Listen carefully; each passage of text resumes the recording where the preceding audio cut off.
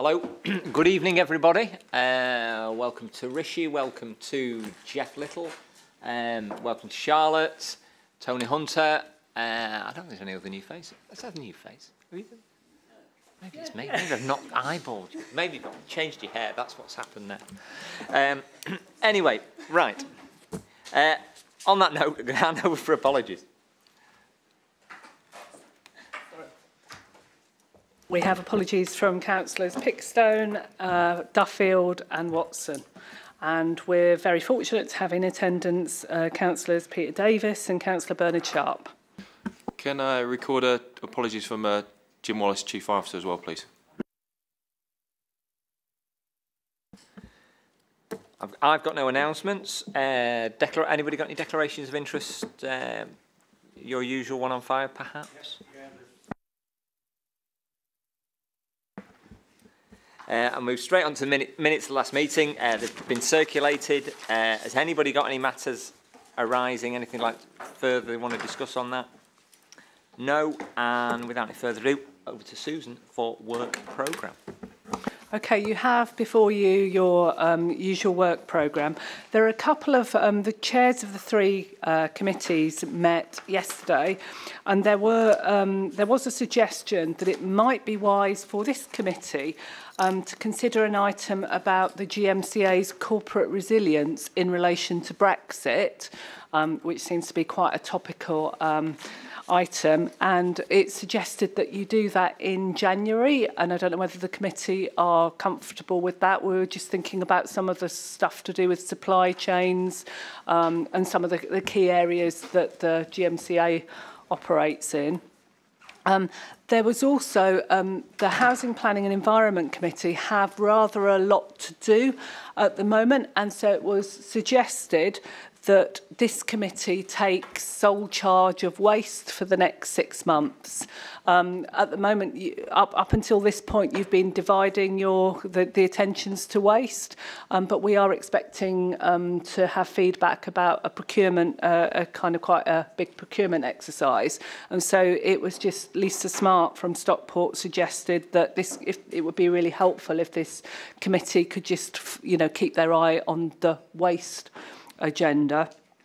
And finally, it was suggested as well, this committee has a responsibility looking at the Gmca's governance, and many of you will have recognised that there were some suggested changes to transport governance that had been proposed and had done the rounds of council meetings in districts, and it was thought it might be helpful for this committee just to have a look at that and possibly to review what was being proposed in advance of it being considered by the Gmca whenever that was likely to be. At the moment, the existing transport governance arrangements are just remain in place.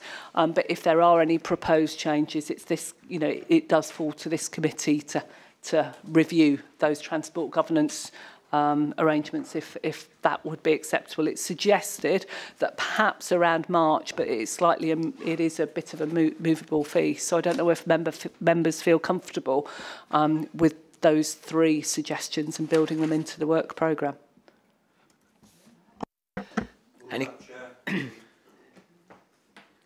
Thank you.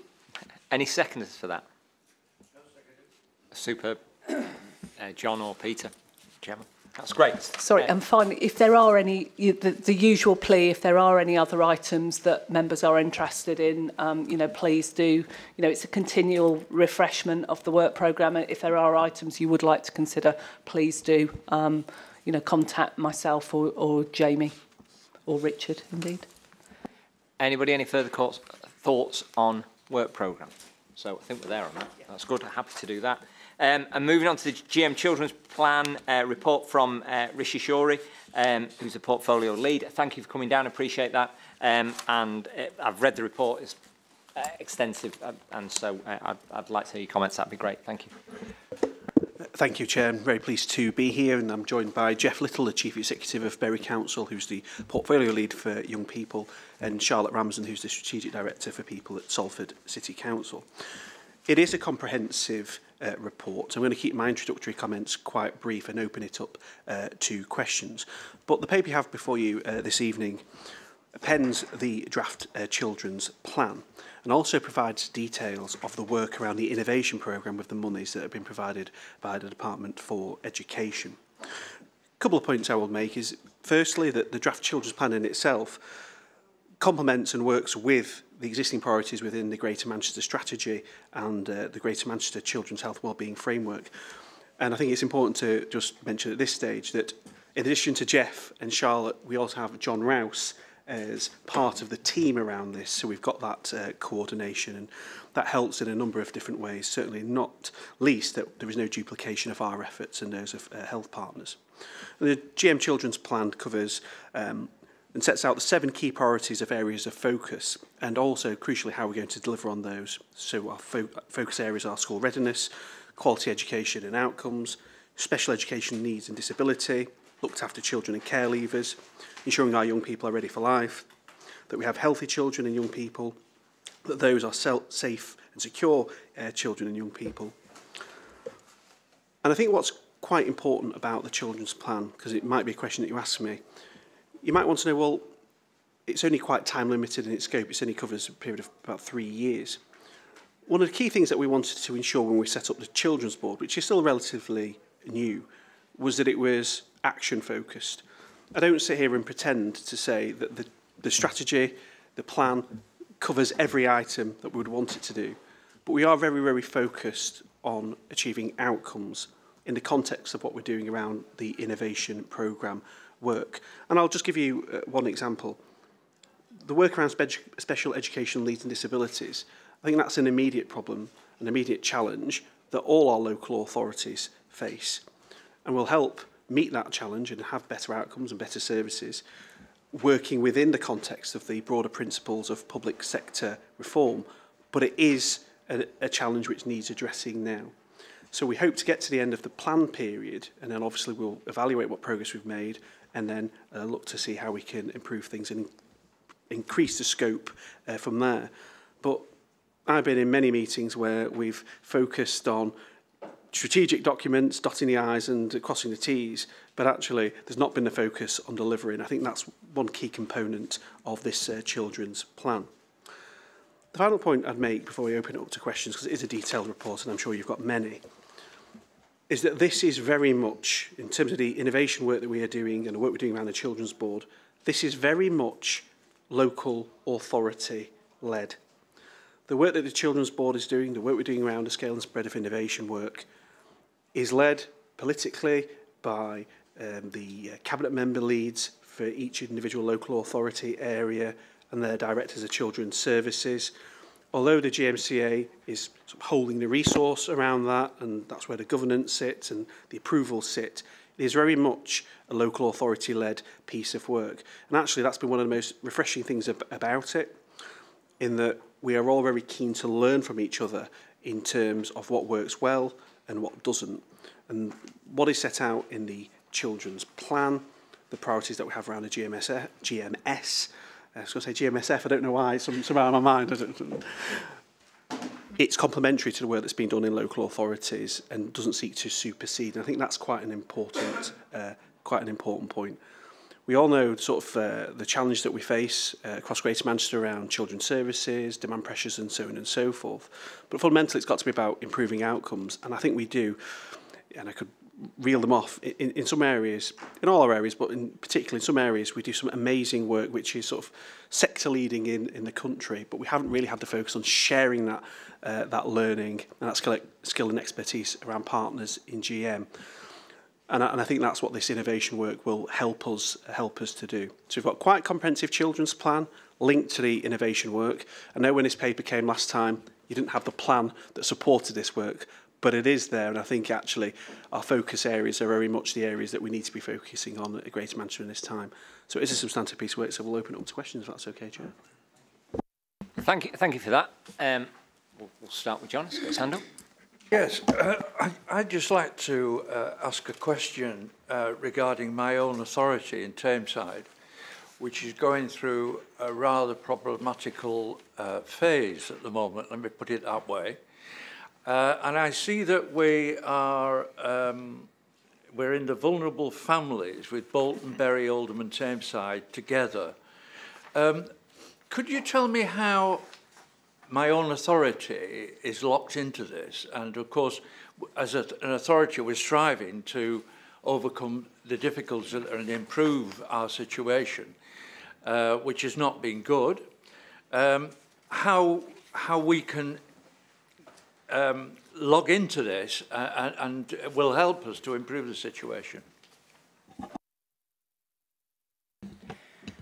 Yes, absolutely. So what's happened is there are 4 innovations and they're explained in the document that we want to scale and spread within Greater Manchester. They've all been chosen either because they came from an authority in Greater Manchester and have already evidenced outcomes and impact in one place, or they've got national recognition, as was the case with the No Wrong Door model. So those 4 innovations were available to all 4 authorities. And what's happened is we've engaged with the National Innovation Unit, who've been working across the country about helping people develop the right approach to innovation. They came and undertook a workshop within each authority involving partners as well as obviously leads from within the local authority, helping them to look at what was it that they needed most in terms of the priorities they've got for children in that authority, where they felt they needed the greatest areas of development, and then what might help them achieve those areas of development. In other words, how to get better than they were already around key areas of impact for children. So that diagnostic was done over half a day in each authority, and a test of change was created from that, basically saying we're in this position now. If we adopt this innovation, we could get to this position over a period of time. So that approach was used to help each authority identify which of the innovations would help them the most. And for Tameside, they felt the one that would help them the most was the Stockport family innovation, and that model was around kind of early help to do with vulnerable families and bringing people together around that whole concept of family. So that was the one that they chose as their priority area. And Chair, if I can just add to that answer, and this is relevant, I think, to Tameside's position, and I speak as an officer who has helped a council out of an Ofsted category of inadequate. The approach we're taking here to spread best practice across Greater Manchester, we think over time will help us all level up and to avoid some of us in the future being found by Ofsted to be inadequate in the first place. And that's the long-term aim. But greater collaboration, I think, will protect us all over that time period. And just one final point. I made the point in my initial remarks about how this is local authority led. Because we've got to accept in Greater Manchester, we're at different places, we have different demographics, we have different challenges. So it's absolutely right in terms of determining what programme it was chosen, if you like. That was done with local authorities in their own priority settings, looking at their own data and so on and so forth. And you'll see, actually, Bury's also adopted will be adopting the Stockport family model, but there's a slightly different emphasis in how it will work in Bury, but the principle is the same, that it's working around the whole family. I think that's one of the strengths of this model, rather than some sort of top-down approach in terms of you'll be doing this, you'll be doing that, because it has to be tailored to individual communities. Bernard. Yes, thank you very much, Chairman.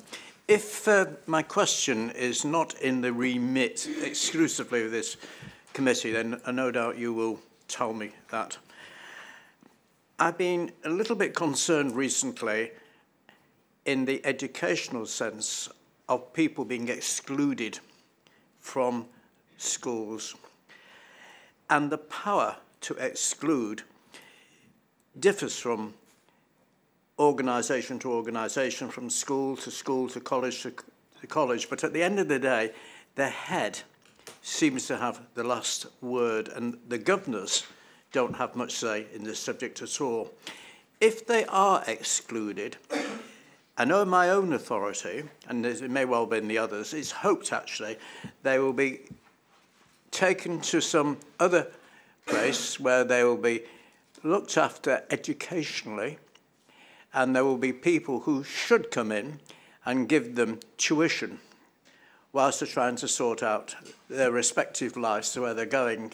We all know that there is an element of sadness amongst younger people who get themselves into the criminal system, and it's very hard for them to get out of it. But here and there, now and then, you do get people who follow the leader, if that's the right expression, and they get caught up with it as well. But they can't find the correct sort of place for them to go to, and they can't find them any tuition. Now, I don't know whether it's exclusively the borough, which I do have some knowledge, but it runs through the other 9 districts. So is there a problem, and is it in the remit?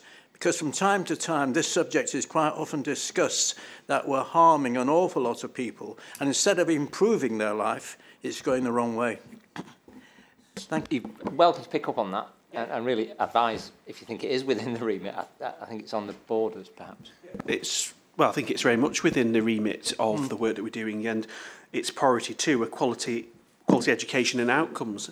And the key reference in here is to having an inclusive school system, because unless you have an inclusive school system, you're going to fail. And I speak as a leader from a local authority which has a very, very high rate of exclusions, and we're working with our schools, giving as much support as we can to create a more inclusive system, and that's linked to issues such as SEND and behavioural problems and so on and so forth. And it's a good example, actually, of how we can work more collaboratively as a GM system, because if you're talking about alternative provision, perhaps out-of-borough provision and so on and so forth, that can be incredibly expensive. I'm not going to speak necessarily on behalf of every other local authority, which is why I focused on my own. But we know there's a lot more work we can do about this. I mean, one of the principles is ensuring that all our young people are ready for life, can access education opportunities. You can't achieve that if actually very early on in their school careers they're being excluded, because and actually what you find is actually young people end up dotted around the system and consistently excluded and so on and so forth. But it's a key priority around what we're trying to do in terms of quality education and outcomes, and it's a challenge I think that we facing across Greater Manchester, if you want to. Absolutely. So we work obviously closely with our schools, regardless of whether they're maintained by the local authority, whether they're academies or whatever, in terms of encouraging them to be inclusive. And where exclusion is necessary, challenging if we think that that's on the borders of necessary, but then working in partnership around what's the right alternative for children. So a lot of the approaches that we're adopting through this plan and through the innovation work are working alongside schools to enable them to support children effectively, manage their more difficult behaviour, understand the reasons behind their behaviour, and over time, hopefully reduce the number of exclusions that happen. And we work together already as 10 authorities around those things and sharing good practice. And the Education Employability Board, which is referred to in here, is helping with that. So absolutely, it's a part of this joint challenge we've got to enable as many children as possible to stay in mainstream education, but where that's not possible, to make sure we have got the right mix of alternatives available for them. But just one final point to make. The conversation around exclusions and so on and so forth isn't divorced from the conversation we're having around model supporting the family and so on and so forth. And that's perhaps the thing we haven't done, link all these things together, looking at the whole system approach and a whole family approach, and working around the strengths of families and individuals, and that's how you create a more inclusive system. I suppose what it's boiling down to, have you got sufficient people to go to wherever we are saying they should go to, some sort of organisation, to give them, during that period, the skills, which they should have, of learning the curriculum, which they're missing because they're not at school. And if you leave them with nobody to look after them, and I know of examples of that, and it's not only one borough I know, but it's quite a few, and it's in many, many other parts of the country. They're just left there to their own devices, and they're not being taught. And that's why I'm told there is an incidence of youth criminality on the increase, because nobody is looking after them educationally.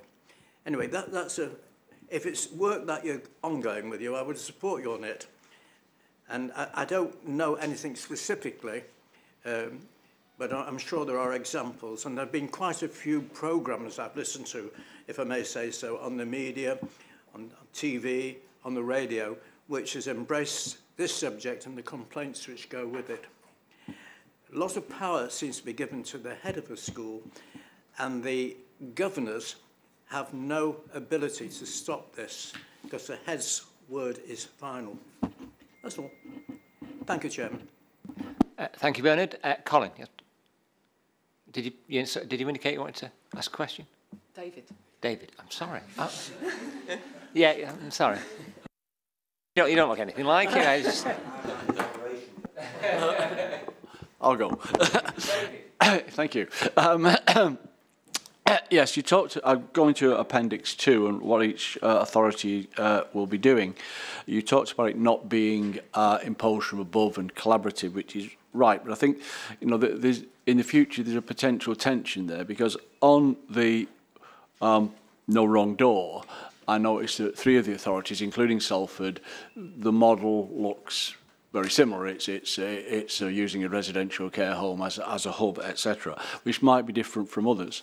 And as we're monitoring this going forward, there'll be a tendency that if a particular model looks as though it's giving better outcomes than another, to encourage people to go down the same line. And that's where that tension between the operational and policy independence of the authorities and what the Gmca is doing as a coordination could come into play. Which brings me to my second point is, I read about this yesterday and I thought, Salford proposes to use an existing children's home as a hub. I didn't know that, and I'm on the corporate parenting panel on Salford. So more for the authorities possibly than Gmca, and I am looking at you, Charlotte. The councillors on the ground who are on things like the corporate parenting panels, which will be heavily involved in this, need to be briefed and need to have their input, because they could have a very different view. I doubt it, but it all makes eminent sense. But we've got to make sure it's the old story with the Gmca of keeping the councillors on the ground, as it were, who aren't in these structures informed and on board on that, and that's something that we have to do to take this forward. Thank you, David, and by popular demand, Colin.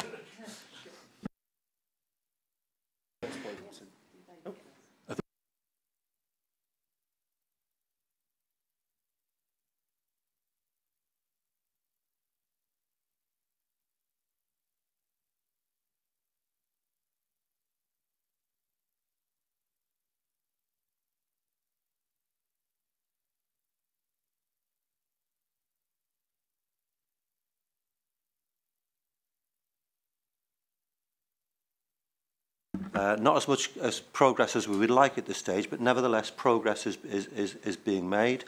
And it is becoming apparent, although we're not in a position yet to finalise the work of the task and finish group, there are a number of gaps, if you like, that we're able to identify in terms of provision, shortfall in resources, etc.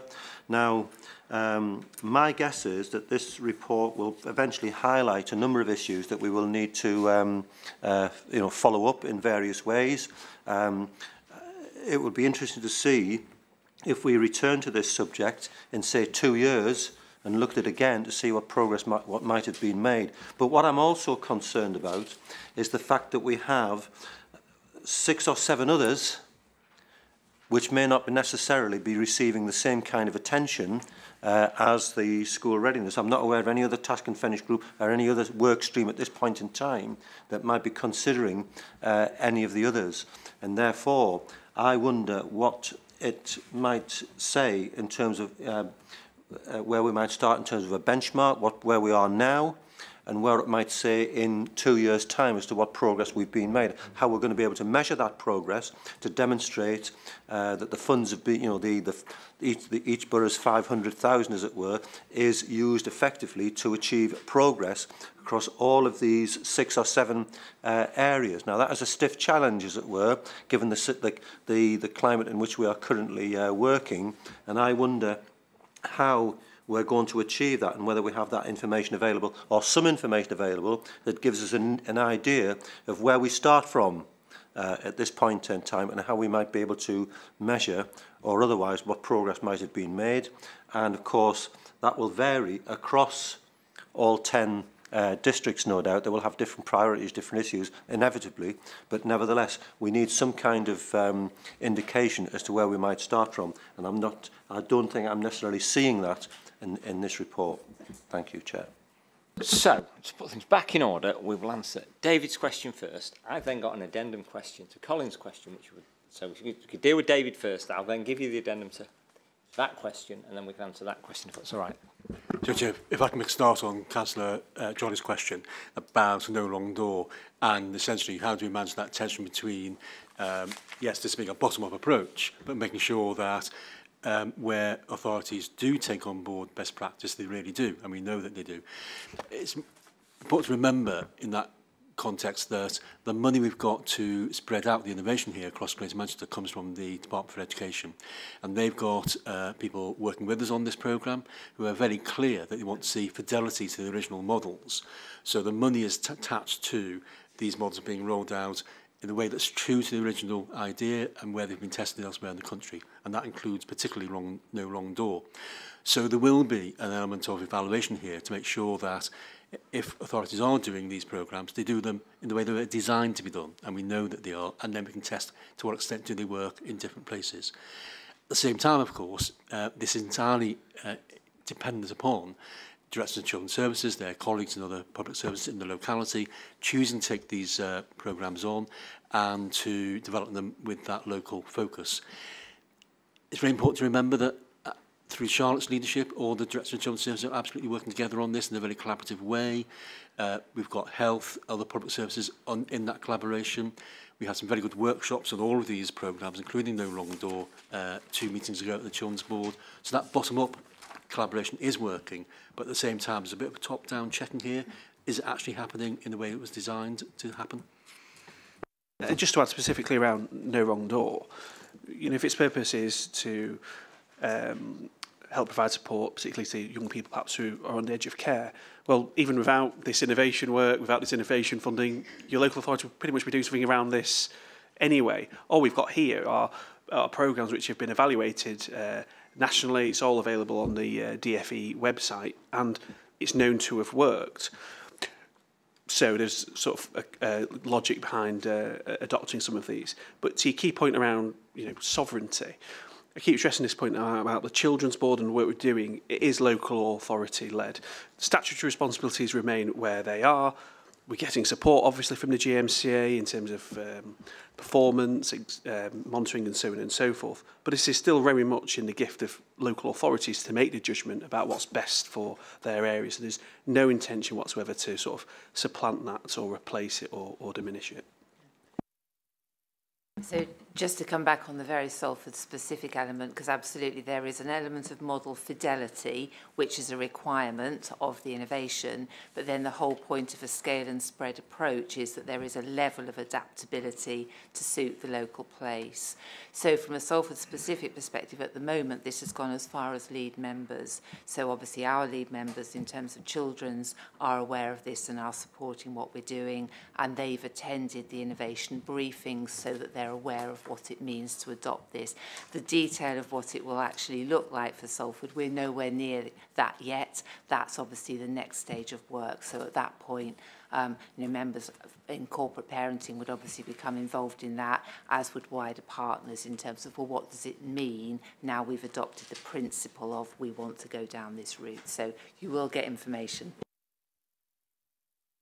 Thank you. Are you satisfied with your... Thank you for that. So my additional question, which was really on baseline, which was, and perhaps I was a bit out of order last time, in that I was of the view that the improvement had flatlined, and perhaps it hasn't, in that if we look back to what the boroughs were doing, historically, there seem to have been some greater gains, but I don't think that averages out totally over the period, and it did appear to have flatlined to 0.5% since it became a mayoral priority or Gmca priority. It would be interesting to try and crunch those numbers and say, like, well, you know, in year one we got 10%, then it was 9, 8, 7, and that's why we are where we are. And so I don't know if that'd be not. You can't do that now, but could we do that just to try just to try and get some understanding of that, and then whether we do have a baseline at this moment in time, basically for Colin. Do you want me to attempt to answer some of that? So this starts with the baseline in terms of early years, and then how does that relate to baselining for the other priorities? Is that the essential? So we were aware, obviously, that this, appeared to flatline, because clearly we see the performance reports just as you do, and obviously we've been asking those questions. I think there is no one simple answer to that. There are a lot of complicated reasons, and working out the links between them, we're still working on that. Obviously, when you start off a new initiative, there are some low-hanging fruit, so you can make some gains quite quickly, very often with a new initiative, and I think that's shown in the data that we've seen. Clearly, it gets harder to sustain new development over and above where you've got to, because you've done the easy things, so you're on to the harder things. We know there's variation across authorities, there's different levels of investment. We know that the cohorts of children who fit into that criteria will vary year on year. So obviously there will always be some fluctuations. Somebody will have a very good year one year and then take a bit of a dip. So I think it's not an easy thing to do.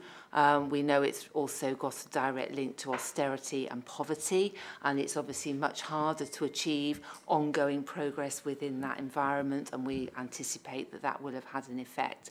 So what we're doing is constantly testing who are we targeting the right children in order to absolutely make the difference, and we will keep on driving around that. And each year, as we get the results, we're analysing what those tell us to see if there is anything different that will just take us up that notch further. But we're also looking at other things, because for children who don't get that good level of development at the end of reception, well, what's the value added at the end of Key Stage 1 and then at the end of Key Stage 2? So all is not lost. Although it's a really, really important indicator, there are things that we're measuring and learning from before they get to that good level of development or not. And then there are further things that we can do based on what happens to them when they're assessed at the end of reception, so that we can refine our support for them in Key Stage 1 and 2. That I'll stop on early years, and then I'll come back to the rest of the performance in a minute in case there's any follow-up wanted around that. Stan. Thanks very much, Chair. Yes, sticking on the early years for now, because I'm a member of the same task and finish group that Colin's been on, and we've visited a couple of nurseries in Stockport today, actually, so it's a bit early for us to be able to report back. But it's clear that the Stockport model is not just a team around the family. They have a lot of other initiatives that they're bringing in. And the one thing that they all have a great deal in common is the collaboration and coordination between all the different agencies, not just the early years and the nurseries, but the health services and the health visitors and the midwives. Remarkably similar, actually, to the aims of the old Sure Start that we had sort of over, and they seem to have retained or refreshed a lot of the characteristics of that programme. And of course, it remains to be seen how sustainable that may turn out to be. The thing that I would like to mention specifically is about the actual outcomes of the 20 to 30% that aren't school ready, because that seems to be, as you said, it seems to be, it goes up and down and it varies from place to place, but there seems to be a hardcore, as it were, of children who, for various reasons, and a large number of reasons, don't seem to make it, and in spite of the efforts that are made. And that this sort of only reinforces the idea that you've got to have an inclusive model that tackles it from all types of angles, from housing, from poverty, from housing needs, from social isolation and everything else. So it'd be very interesting, really, to see how the Stockport model does play out in other areas, because obviously it does have to be flexible, and we wouldn't adopt it wholesale necessarily. It wouldn't necessarily be appropriate, but it'll be very interesting to see how well that actually does in fact play out, and how the report that we get from the whole of Greater Manchester, if we can possibly tackle the unreached 20% or 25% or whatever it is. Thank you, Chair. That level of in-depth analysis, looking at particular places, I think is really helpful. It's helpful that there's a task group on this so that we actually look at this qualitatively. We do have a lot of data now over the past 5 years across Greater Manchester where we've all been trying to implement this different model of early years intervention. And it's true to say that in some places over the last 5 years, some places have tried to roll out the model in some wards for all 5 years at once. Other places have done it year by year across the whole of their area. Others have taken a hybrid of those approaches. So there have been different approaches across Greater Manchester over 5 years to applying a particular model. That must give us really hard data which start to analyse, but you need to overlay that, the quality of understanding from the sorts of work the task group is doing. So we haven't got the answers yet about how we do close that 30% gap. I think overall Greater Manchester has been improving, but so is everywhere else. So I think what we've got at the moment is really good data which we can start to really get into deep analysis and allow that to inform this next programme of work as we go forward with this new investment. Yvonne? Well, coming from Stockport, I'm very pleased to hear all that, of course. But looking at the document, and I saw somewhere workforce enablers as one of the headings, and I think it links up a little bit with the fact that actually in Stockport we had quite a poor SEND report recently from CQC. And one of the things that's mentioned in the local authorities' plans also is developing ed psychs and things like that, more psychologists. And I noticed that you refer to a social work academy somewhere in the document as well. Could you link those up? Because I think we are very short of qualified psychologists. This is why some of the children with mental health issues don't get the help as early as they could. And obviously that's recognised, but could you just say a little bit about the Social Work Academy? So the Social Work Academy has been of huge benefit to Greater Manchester. It's a collaboration between Manchester University, Manchester Metropolitan University and Salford University in partnership with the 10 local authorities. And the aim of that when it started, and it received some government funding in order to work that way, was an agreed approach to the quality of training and development of new social workers, including a commitment from the 10 local authorities that those trainee social workers would all have placements in local authority children's or adult services. The programme crosses adults as well. So the drive was to deliver social work training and development that meant we had the quality of social workers that we needed going forward. And obviously what it gave for social workers was the opportunity to test different authorities, to see what worked for them, to really experience life as a social worker in one of the Greater Manchester authorities and working in a wider partnership. So what it's meant is a higher quality of social workers coming in at the point of qualification, and then support through the programme in terms of their follow-on development and training, which is all overseen, so that then they continue to develop through that programme.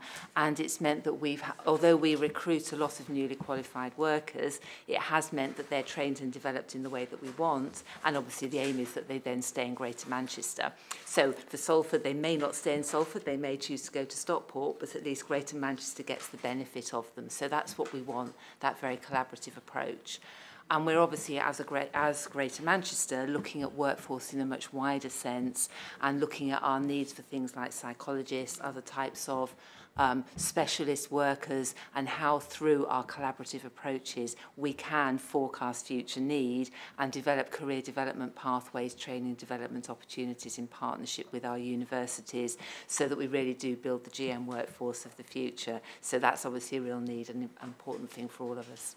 And one additional point I would make is, you mentioned SEND as just one example. I think what we want to see is a consistency of approach across local authorities.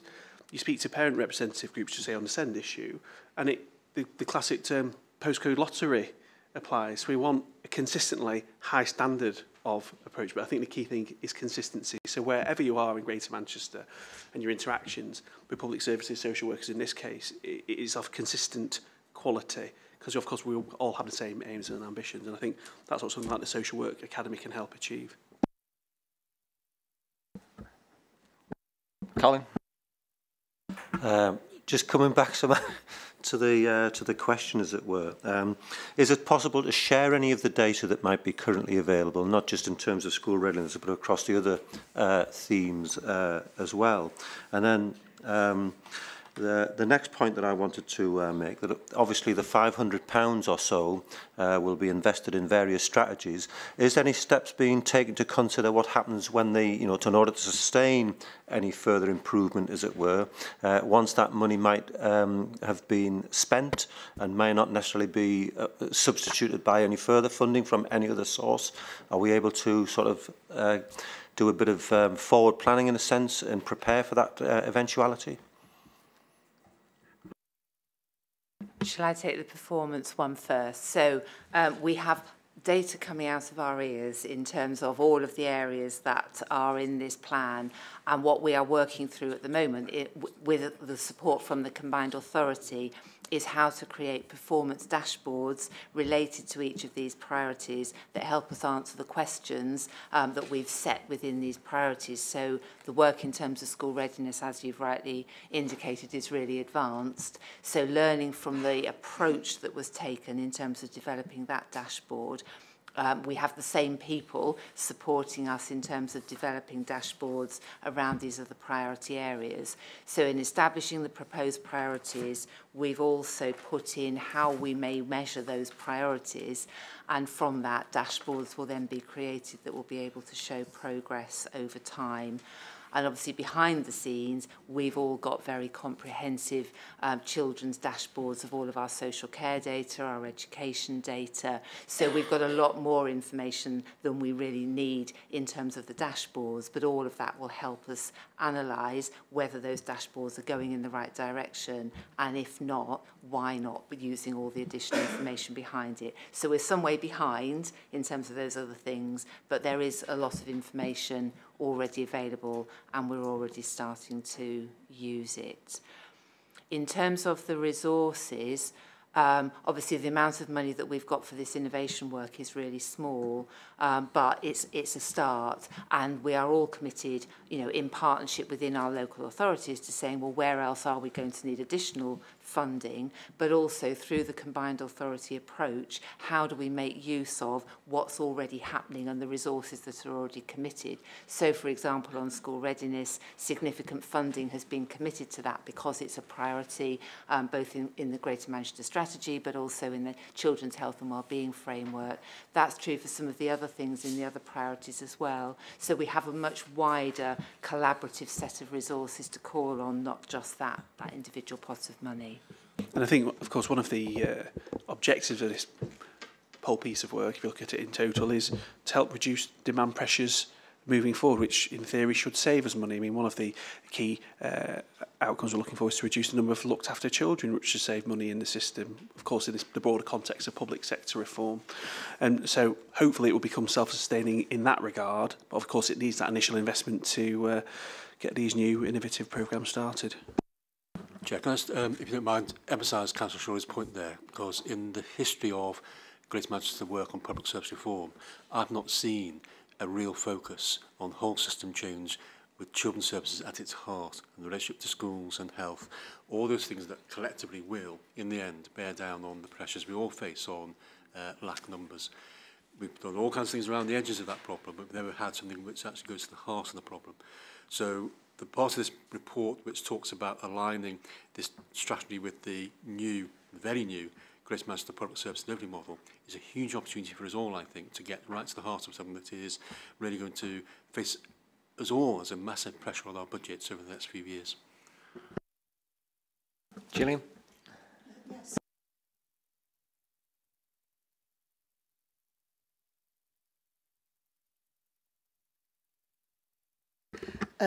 Is very lengthy.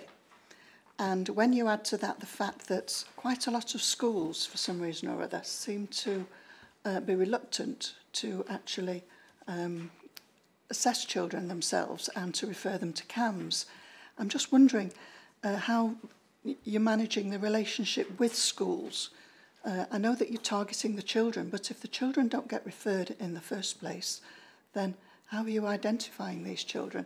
And how are you getting the schools on your side? Because I think now we have academies, our relationship with them is somewhat different and varies very much from school to school and authority to authority, I'm sure. I'll let Charlotte pick up the detail, but I think it's worth mentioning the additional investment into mental health as a global figure. I think almost £140 million, about £80 million of that was towards children's mental health.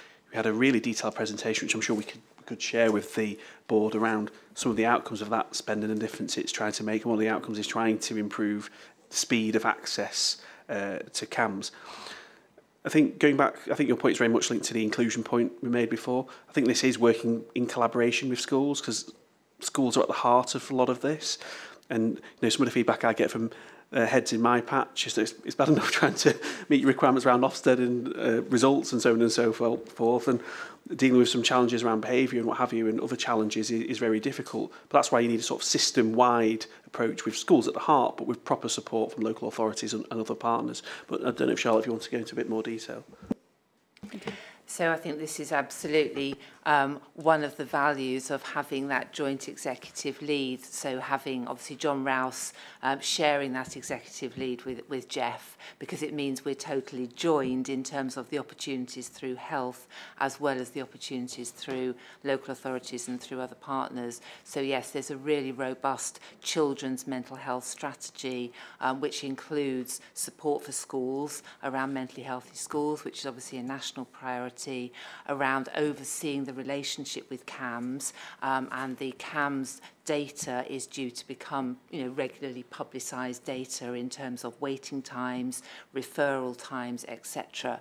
And one of the measures of success for us is that we get an increase in referrals to CAMS, because that means we're identifying the right children, but also that the referrals that are made to CAMS are appropriate referrals, because what that shows is we're doing the right work through our schools, through our early help systems in the widest sense, and then only the children who actually need to go to CAMS are referred there, because our early help systems, including advice and support around children's emotional health and well-being, is appropriately supported at a lower level. And some of that is starting to happen now. So we are seeing an increase in appropriate referrals. And what that means is the waiting times then hopefully can be managed, because there isn't time delay taken out by having to deal with referrals to CAMS that weren't necessary. So all of that monitoring of waiting times and treatment times is being very carefully managed. And obviously CAMS, our providers, are working very closely with us around that. So it's got some way to go, because as you rightly say, there are pressures in the system, but it is a really intense area of joint work between us all. Can I just come back? So are the teachers in the schools getting some training to identify more accurately? Because that seems to be where the problem lies. Yeah. Yes, absolutely. And increasingly so. There are an increasing number of very successful relationships and pilot pieces of work happening with our schools, and all of us are involving training for teachers and head teachers, having dedicated leads within schools, all of which is helping that awareness and identification of the right children. Thank you. The priority around healthy children and young people. And I know we've talked a lot about CAMS, but I think it's a step before. It's equally as important, the early intervention side and the support that teachers get and other support staff, pastoral support, to actually get that early intervention in place before you get to a crisis scenario. But priority 6, actually, healthy children and young people, sets out what the aspirations are around a mentally healthy schools programme and how we'd go about delivering that with the investment I've previously talked about. Any more from? That's good. So I'd like to thank you for I've got one more question, but I'd like to generally thank you for the report, and I hope it's been it's echoed by the committee relative to the last report we had. This is what we needed. It's clear where the money's going. I feel a lot better about it. Just one question: the extra 150 to help deploy the 5 million. Where's that going? Because there's no detail on that at all, other than we need an extra 150,000 to enable the work to progress. So that's money that is going to be used. It's a bit grand to call it evaluation, because obviously that you can't do a huge amount of evaluation with 150k, but it is about learning from what we're doing. So it is a learning approach, and we are working already with an organisation called Research in Practice, who are nationally renowned in helping organisations, particularly children's services organisations, to learn from things that they do to change the way they work. So it's basically to fund them to help us learn from the innovative approaches in order that we can spread best practice. Thank you for that. Any more questions? No. So we're asked to consider and comment on the principles, which I think we've done. We've considered and commented upon. Support the implementation of the 10 innovation scale and spread business cases, which I think we've done and cleared. And support the release of the 150,000, which I'm content with. And recommend to the Gmca that they endorse the children's plan and agree to release the funding to assist with the delivery in accordance with the business plans. Are we all in agreement with that? There we go. That's great. Thank you. So we're going to move on to fire. If the people on that section care to go, they can, or they could stay for fire. You're not in demand, guys. I'll just pause for 30 seconds or so.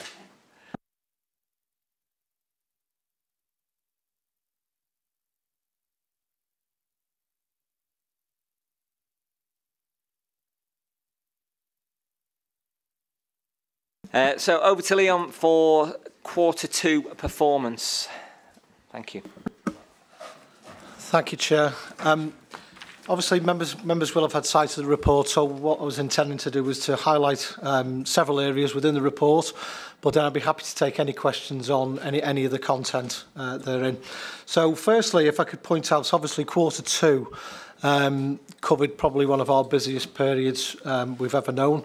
When we had the fires on the moors, we were out for several weeks dealing with incidents out there, so quite a lot of activity in this particular quarter. But if I take you to paragraph 2 on page 66 in your report, you can see there this was a busy period for us, and obviously the moorland incidents which took place between the 25th of June and the 18th of July were extensive for us. So on paragraph 3, you can see all incidents attended by the fire service during Q2 were actually up, and we saw an increase of 9.14% compared to Q2 the year before. The reason for the increase was down to fires and false alarms. If we take you to paragraph 5, which is our response time to emergencies, the average response time for our first fire engine to get an attendance at incidents was 5 minutes 49 seconds, which exceeded a target of 5 minutes 45. The thing to point out here is this time is the time taken from when the fire station is notified of the incident to when they get in attendance, so it's not the full spectrum. I'll cover the full spectrum within the scorecard, if that's okay. Paragraph 7, you can see sadly we've had 3 fatalities in fires during Q2. They were 3 accidental fires, all in dwellings, and sadly all 3 were known to services, so real tragic events. Moving on to paragraph 9 on page 67 of your report. Obviously false alarms, we've seen an increase of 9.4% when compared to Q2 the year before. Obviously, you've got to have a report on false alarms caused by detection systems, but a large proportion of the false alarms in this 3,830 are actually good intent. And a good intent false alarm is where somebody calls the fire and rescue service where they believe there is a fire. Something's emitting smoke or they can smell burning. So we're called out for genuine reasons, but when we get there, it turns out to be a false alarm. So quite a few of them. And paragraph 12, the sickness absence during Q2 was 4.16. This is uniformed and non-uniformed, which is showing a reduction of 0.95% compared to the Q2 last year, which is a good news story. Just moving on to the scorecards, if I may. Just the page 69, it's the box on the top right, which is the average response time. So we measure, when we measure response time for fire appliances, we measure when the first fire engine gets in attendance at the scene and can make an intervention. So what the graph shows you there is the average response time, 7 minutes, 19 seconds. Now that 7 minutes 19 is the time taken from when somebody picks up the phone and dials 999 to the time when a fire engine attends the scene. So the average is 7:19. The England average to primary fires, which includes house fires and the like, is over 8 minutes. So we're doing quite well in that performance. Just moving down to the box, the percentage, the third box down, percentage of fire appliances crewed and available. On average, in Q2, we've had 4 fire engines unavailable every day. This in the main is due to our staffing numbers, and you've received the paper previously about our accelerated recruitment programme and how we're trying to recruit more firefighters. So whilst that process is underway, we are using overtime to bring people back in to staff our fire engines up. But on occasions, we don't have enough people available to staff all our fire engines. So on average, 4 not available each day. Moving over the page to page 70 in your pack, the box on the top right, which is deliberate fires. As you can see from the graph, we've seen an increase in deliberate fires in Q2 of 13.4%. And if you look at the green box in particular, which is secondary fires, that in the main contains things like grass fires and small fires. So going back to the Moorland incidents, it kind of explains the reason for that spike. Moving over the page, false alarms, which are, again, I won't go into any detail because Tony's going to pick that one up. But if I could take you to page 73. And the hostilities on the top right-hand side. The hostilities, these are attacks, verbal abuse, physical abuse, things being thrown at firefighters and appliances. That measure's been changed since the 1st of April, so it now includes firefighters and all fire and rescue staff. So obviously the figures will rise as a consequence of including all. But attacks on firefighters in particular, in Q2, we've seen 25 of them compared to 12 the year before. So it's double the amount.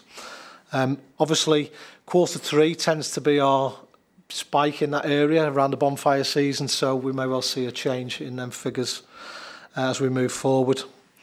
The box below shows the establishment figures for our firefighters, and we are 134 understaffed at the minute.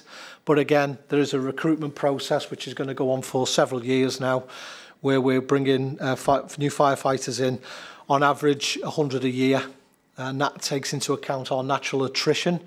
We lose about 10 firefighters every single month through retirements and other reasons. Sickness absence on the box on the left, as I said before, is down. We still do have 2 significant issues in relation to our absence management, and they are musculoskeletal and mental health. And in the area of mental health and stress, the thing I would point out is we are actively encouraging people to talk about mental health and stress. So we're trying to surface the issue because we think it's the right thing to do. Clearly, by surfacing the issue, you tend to have a spike in the figures. So it's one we want to raise to the surface, but in doing so, we are putting lots and lots of measures in place to support our firefighters through our firefighters' well-being. And finally, on page 74, in terms of workforce gender, the box on the top left, you can see there's been a slight reduction in our female staff from 19.98% down to 19.87%. And the BME, the workforce for BME, which is the box on the right, has shown a small increase of 0.29. And the thing I would point out here is the recruitment of new firefighters, which I referred to earlier, is rapid, and we're taking quite a significant amount on. And I've mentioned before a lot of work around talent and attraction. So we are actively trying to recruit underrepresented groups. and that is having a positive impact. So a recent Home Office report, which covers data sets for English fire and rescue services, in terms of workforce diversity, Greater Manchester, for new female recruit firefighters, we are showing 31%. The England average is 10.5%.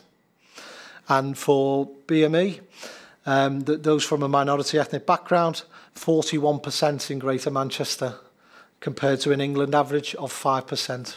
So the attraction work we're doing and the active targeting of underrepresented groups appears to be having a positive impact. So I'll leave the report there. Happy to take any questions. Thank you, Chair.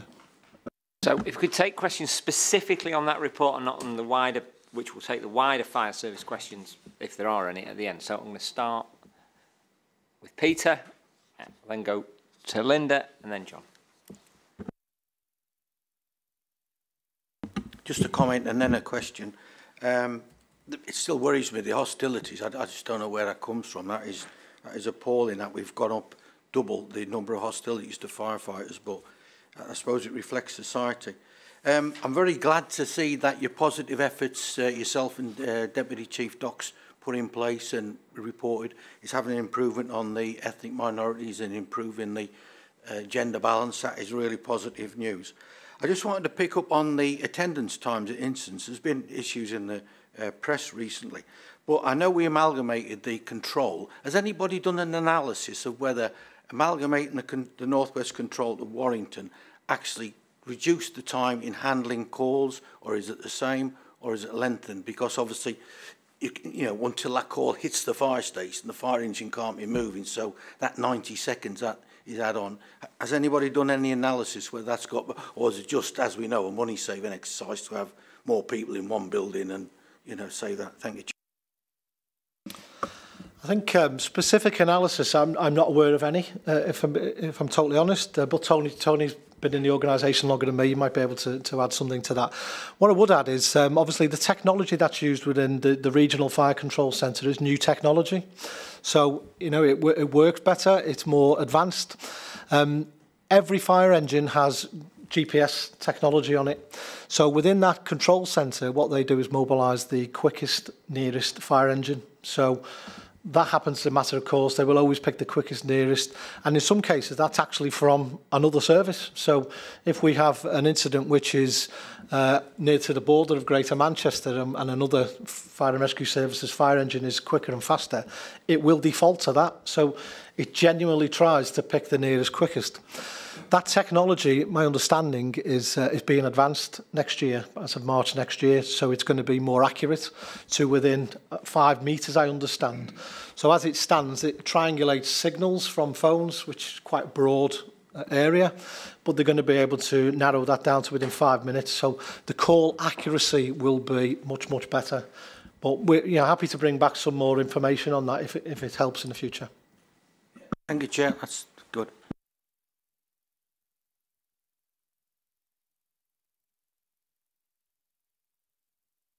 Microphone, please. You mentioned in the report here about the recruitment and, you know, you're rapidly trying to recruit people. How long does the actual process take from putting out the ads to actually bringing someone on board? How long is that process to recruit five persons? The overall process can take sometimes in the region of 2 to 3 months, because what we tend to do is we run a big process. So we'll go out to advert. We do months of attraction work, visiting gyms, various groups to try and engage with people and talk about the role of a firefighter. And that can take a long time. But when we run the application process, there's quite a few applications, as you would appreciate. We're talking several thousand on occasions. We then have to run a process to filter them down. And then we run several processes whereby we do physical testing and the likes. And that can take up to 8 weeks, 8 to 10 weeks. And then there's a process where we interview and run assessment centres. So it is quite a detailed process. What we're trying to do is where we run a big process and we have 100 people on the list, we'll keep them 100 people on the list. So we might take 30, 40 on a recruits course. But then if we want to run another recruits course, we haven't got to go through the whole process again. We've got some people on the list. Okay, and can I just ask, you mentioned attrition. Does not having the people on board, you know, and short of resource, does have that any effect on the attrition at all? You did mention some factors of attrition, but is it because people are under pressure, because there aren't enough officers there and you're not getting them on board quick enough? No, it's a variety of factors. I think one of the big factors is retirements. So we have a retirement profile which we actively monitor, so we can see when people are due to reach their retirement age, and we know we're going to lose a handful. But there's a variety of reasons. More recently, we've lost quite a few firefighters as train drivers. So we understand the rail industry has been actively targeting firefighters, and it's working. So I think there was 3 or 4 we've lost in Q2. But there's a number of reasons. So we are actively monitoring that, and the role of a firefighter is changing. It's more positive. You know, we're trying to make the role more positive and more diverse all the time to try and keep attracting people. But I think we'll always get that attrition rate.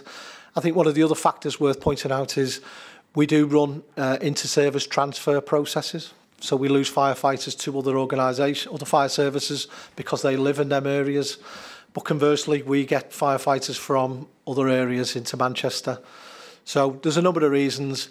Some of the factors may well be to do with, you know, the actual role itself and the stresses and the type of incidents that we have to attend.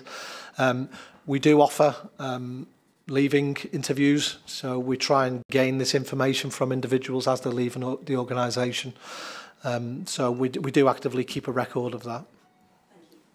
Before I go to John, did you want to expand on that, Tony? Yeah, just a few bits to add to what Leon said there. I wouldn't hold it against Network Rail in terms of the train drivers. They've also approached the ambulance service for paramedics. It's that reliability of attendance, you know, engagement, intelligence in some areas, in and that's been a reason for their attraction. I would also highlight something in terms of our retirement process. Firefighters only have to give a week's notice. So in terms of that attrition, it's very hard to get. If a firefighter who's gone past the age of retirement has a bad day at work or just, you know, kind of loses the enthusiasm for work, they give a week's notice. And then you've got leave to take, and actually people on occasion can come into work one day, give notice, and then because they've got leave outstanding, not come back. So it's very hard in terms of that planning process to plan for those occasions. And it is a great job, as you can see from our encouragement in terms of the roles, but with that has people going past their retirement age. And again, you know, I'm sure Leon can bring another report in terms of the age and spread of career, which we look at on a regular basis, literally a weekly basis, because we do have to be reactive in terms of the crewing levels. So we do know there is a significant number of people, and the two groups are 50 with 25 years service and 30 years service. So if you've got 30 years service, you can full pension. If you've got 25 years service and you're 50, again, you've got you can go, but not with the full pension.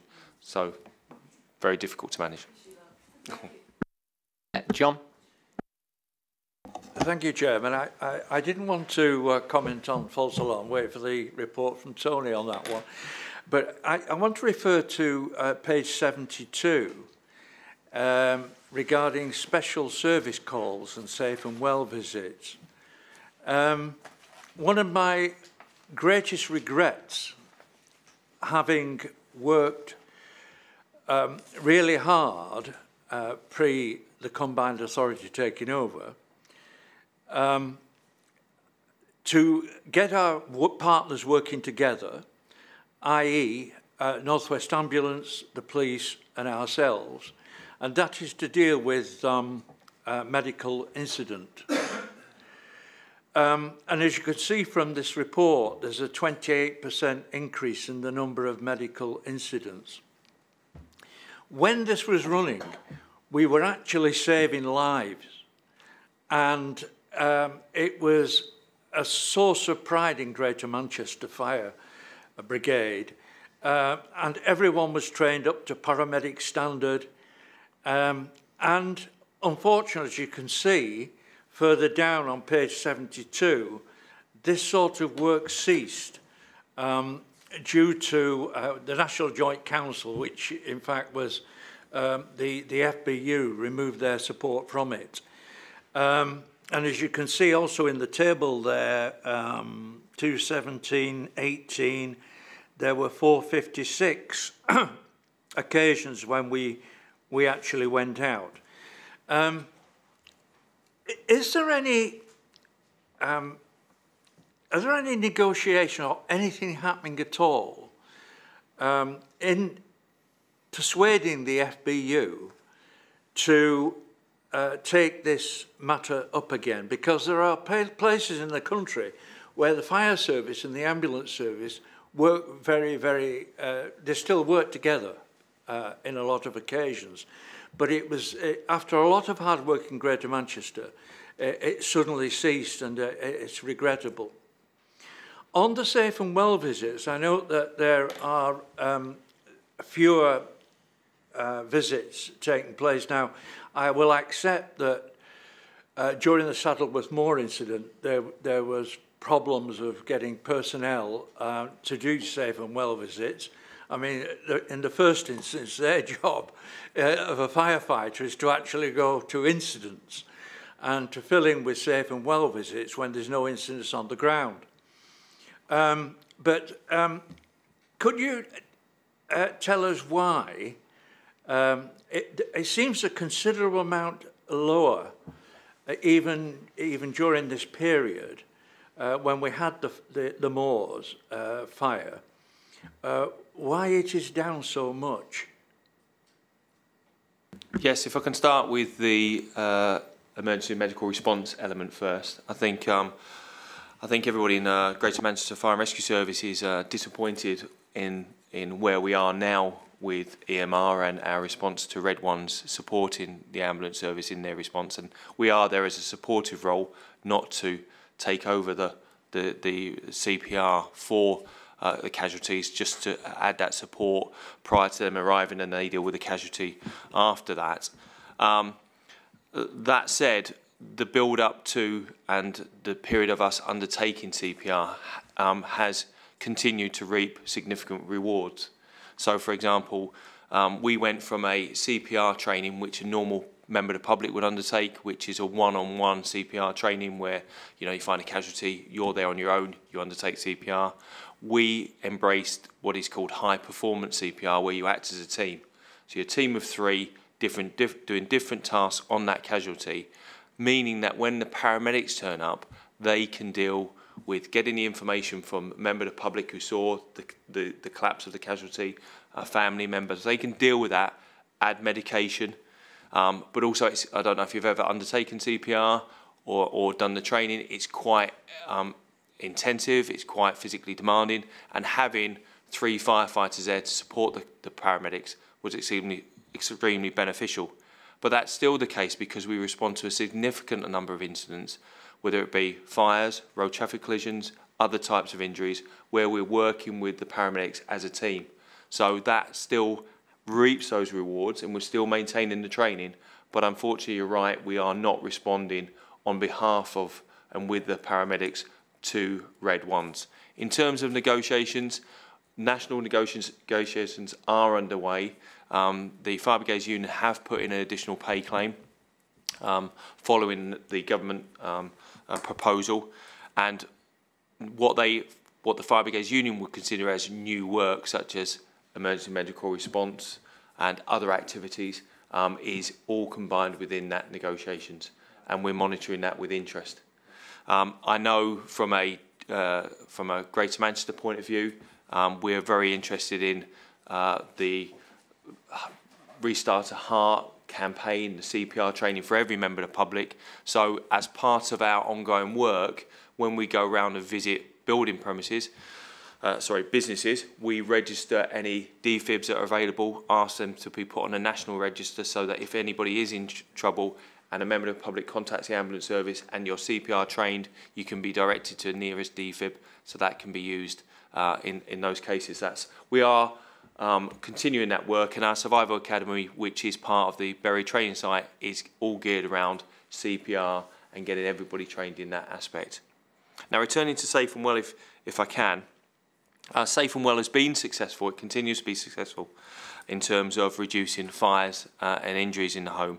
We concentrate on the reduction here. I think it's worth recognising that on a daily basis, our operational crews have to prioritise work. So obviously during the moorland fires, the priority was dealing with that significant incident. Following the incident, it was a recovery phase. You don't go away from 3 weeks of intensive 24/7 up on the moors and the physical activity that undertakes to then straight back to business as usual. You know, we had a huge amount of equipment to recover. The personal resilience of staff was important to us. So we gave them time to recover in those areas, get back on some of their essential training, because obviously, you know, training didn't take place for 3 weeks. I think also what needs to be recognised in terms of safer well, it has to be prioritised against our fire protection work. And I don't think you'll go amiss in recording the challenge that is dealing with the Grenfell inquiry. We are obviously an iconic city with significant built environment in terms of high rise. The crews have done a remarkable job with our fire safety officers over the last year. In fact, we had visited all of our 500 high rise buildings within 3 months. That was a very responsive approach, but what we've done is draw that out over the past year as well to make sure that we've got the information that we need on our vehicles to respond effectively, not only to those buildings that still have cladding on, but other buildings that haven't, because again, it has raised that fire protection. And again, you only have to look across Manchester and look at the built environment. We are seeing that point about domestic safety in terms of smoke alarms to a huge amount of built environment, complicated built environment across Greater Manchester that our firefighters need to know well to be able to respond not just to fires in those buildings, but to rescues, whether it be lifts, whether it be construction site emergency. So during that period, I think there was a number of things that caused Safe and Wells not to be at normal level. Any more questions on the report? So straight back to Tony. Again, I'll repeat the words from Leon. Hopefully you've had an opportunity to read the report. I will cover some areas, but I'd also like to raise a number of areas that aren't in the report. I suppose just to give some broader context to unwanted fire signals. For those who aren't aware, and reference the councillor who just spoke, in 2005 we had a tragic incident on Liverpool Road which involved an Eccles fire engine going to an emergency incident, what they considered an emergency, and unfortunately hit a vehicle, a member of the public, en route to that incident, under blue lights, under blue light conditions. And unfortunately, a father of two, aged 39, passed away during that incident. Obviously, it had a significant effect on the fire and rescue service. Obviously, again, the gentleman's family, for obvious reasons. But it called into question how we respond to incidents in terms of our driving conditions. You have a 12-ton stroke 14-ton fire engine travelling at significant speed sometimes, different road conditions, different congestion, etc. And those drivers are put under great stress to get firefighters to the incident safely without harming any member of the public that might be on the road, because not only are they thinking about what they're going to do at the incident and making sure that they're there to do the job that needs to be done, but also get in there safely. That called into question as I said, our response to incidents, and we brought in a number of processes. Obviously, they're highly trained drivers, very, very good drivers. The challenge there is, though, that we have to balance the safety of the firefighter and the member of the public on the road to the incident type we're going to. So with regards to alarms, fire alarm systems, the fire alarm system is in this building going to tell you there's a potential fire.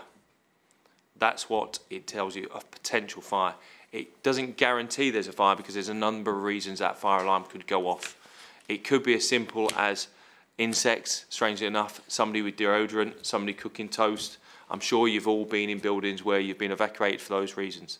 And we have to balance that against a number of 12-ton fire engines travelling at speed to go to an alarm.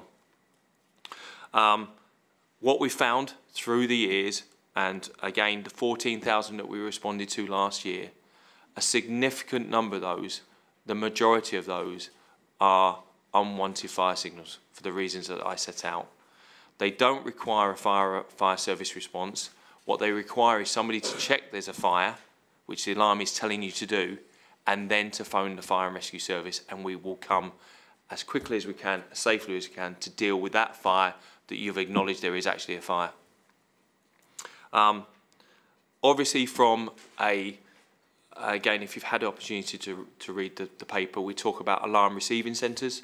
So again, commercial properties will pay for a company, I won't mention any brands, to monitor their fire alarm and then call the fire and rescue service if the alarm goes off.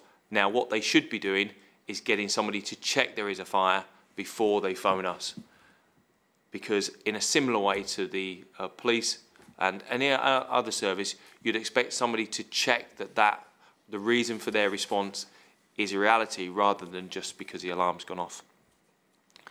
And I say that because, again, the sheer numbers of false alarms means that we've got 2 fire engines 24/7. This is kind of putting the figures into context. 2 fire engines 24/7 responding to unwanted fire signals across Greater Manchester. Every hour, 2 fire engines across Greater Manchester responding to incidents. That's every hour you've got fire engines travelling to incidents where they're not required. Now, again, just to give you some background figures, each fire engine cost per year is £1 million. So the public of Greater Manchester is paying for putting £2 million into fire engines responding to nothing. Now, again, we are asked a question about, well, what if there is a fire? Obviously, you'd expect somebody to back that up with a call to the fire service, and we'd come. But the risk against us not responding against there being a fire certainly outweighs in terms of those 14. Well, there's 14,000 incidents that are unwanted fire signals, but you times that by 2 journeys because you obviously go there and you go back. That's a significant road congestion, hazard, green agenda, all those elements. So again, hopefully you've had a chance to read the paper. It does, as Leon said, we're still seeing an increase. Some would see that as a positive. I say that because for every fire alarm that goes off, it means somebody's got a fire alarm. But it's also, it puts the picture of Greater Manchester as a booming economy. You see the cranes, you see all those buildings going up, they've got fire alarms. So there's some very positives there, and great for the safety of the public because there are fire alarms being fitted, as there should be, but they need to be monitored, they need to be managed in the correct way. And what we're saying within this paper is there are a number of different approaches that other fire and rescue services have taken. Across the northwest, there are fire and rescue services that don't attend any automatic fire alarm unless it's backed up by somebody phoning the fire service to say there is a fire. It also talks about charging. A number of fire and rescue services across the country have charged and do charge. Well, I say they do charge.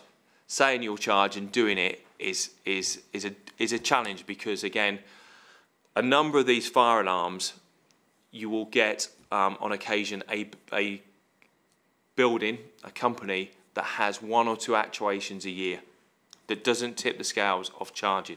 So it's not a repeat offender, which is easy to do when you think of the thousands of businesses across Greater Manchester. And then there's a time and effort put into doing the charging that actually you don't reap the actual money back. There's been a discussion about, I believe, about whether we are legally allowed to charge.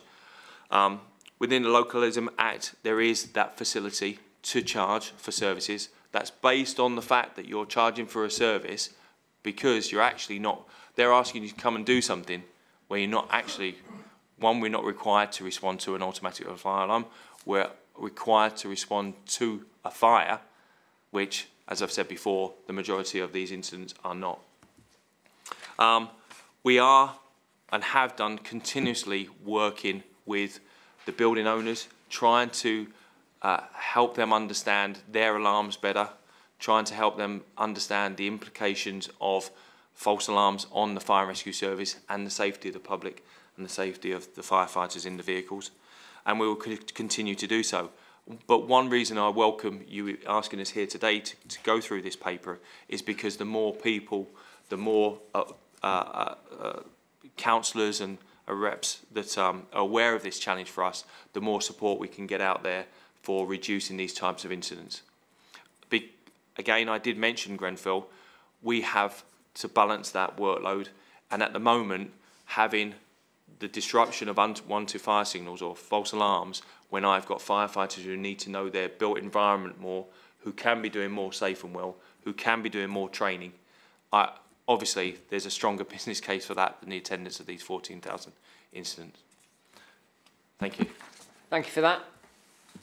Peter, followed by John. Thank you, Chair. Thank you for your report, Tony. I've got a few comments I'd like to make on this. I'm old school. I worked under the 1947 Fire Services Act. I do try to keep ahead of legislation, and I've tried to keep up with the 2004 Fire Services Act. So I'd like to take issue with you on section 6, page 2 of your report, 76 of our report, where you say, is there a legal requirement for the Greater Manchester Fire Service to respond to automatic fire alarms? In legislation, when I was about, there's three main words: may, should, and must. May was optional. You could do something, you could not do something. Should, you should do it. It's best advice. That's expected of you. You can do something different, but it'd be risk assessed why you've chosen an alternative. The third one is must. Must is absolute. There's no choice. You must do that. So if you read the Fire Services Act 2004, section 6 and 7 on safety, fire safety and firefighting, it starts off: the Fire and Rescue Authority must make provision for fire safety, given fire safety advice, etc. It uses must. It's an absolute. Further down, it talks about securing sufficient men, training them, sufficient firefighters, and training them to be effective. But then it goes to, I had it there a second ago, section C, make arrangements for dealing with calls for help and summoning personnel. When I was in the fire service, that meant you responded to every call for help wherever it came from. Now, I have a really mixed issue with this, because I spent my entire working life in the fire service. I worked for various chief officers, and I had a great deal of my time. I finished up as a division officer in fire safety. I sent my men out all the time under the instructions of the Home Office and the chief fire officer, and what appeared to be good advice: fit fire alarms in your building, fit automatic detection, get early alarm of fire, reduce the problems for the firefighter, save the property, and if it's a life risk, save life.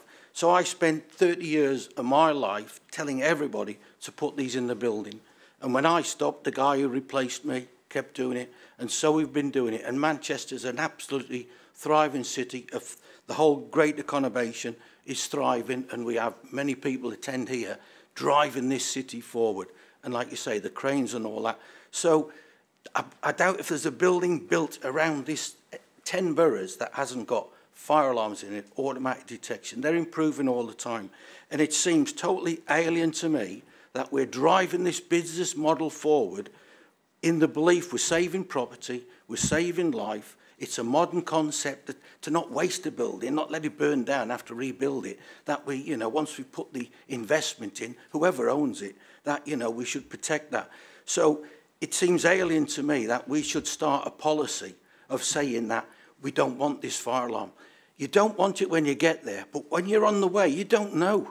Just because it's come from an automatic device, you don't know it's a real fire. Obviously, it's tragic, the incident at Eccles. Thankfully, that's a rarity.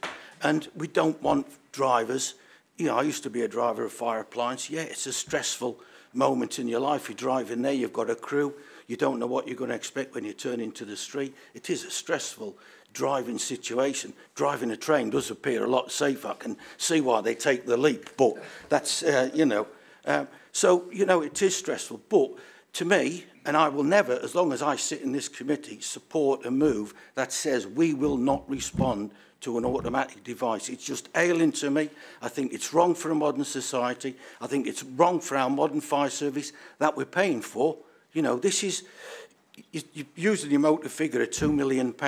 If we save them £14,000, the fire service won't cost £2 million less, will it? All we'll save is the fuel, because the men are still being paid for, the appliances are still being paid for, heating and lighting in the buildings paid for. Yes, we're losing some core training. Yes, we're losing some other maintenance work they could be doing.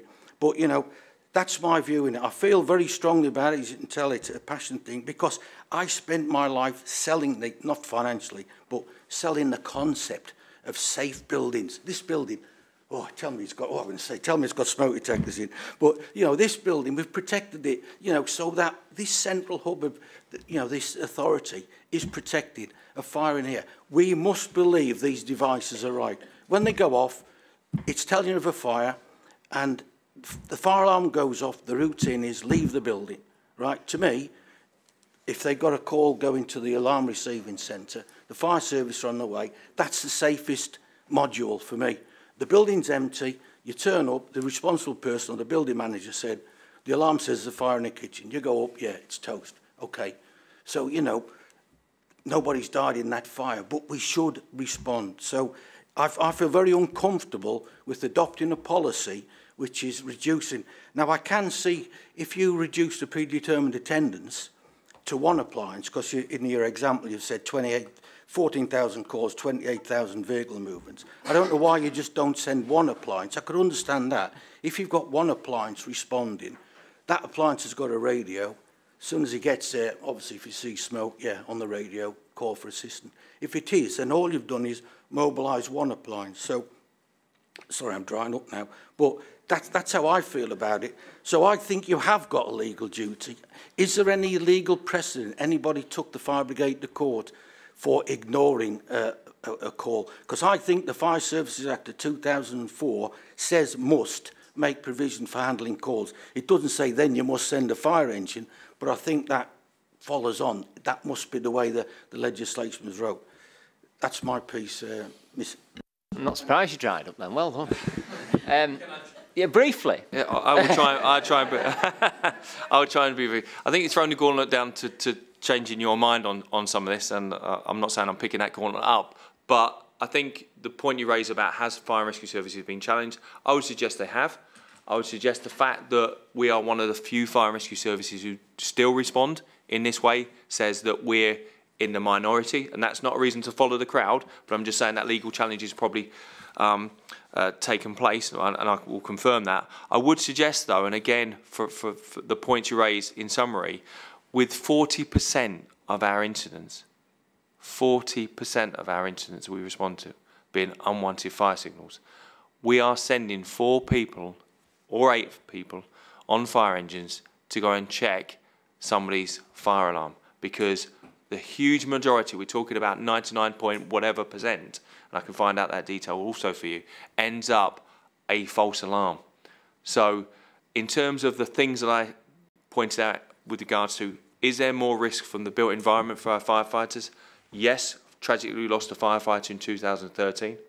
We've got the outcome of Grenfell and the built environment, yes.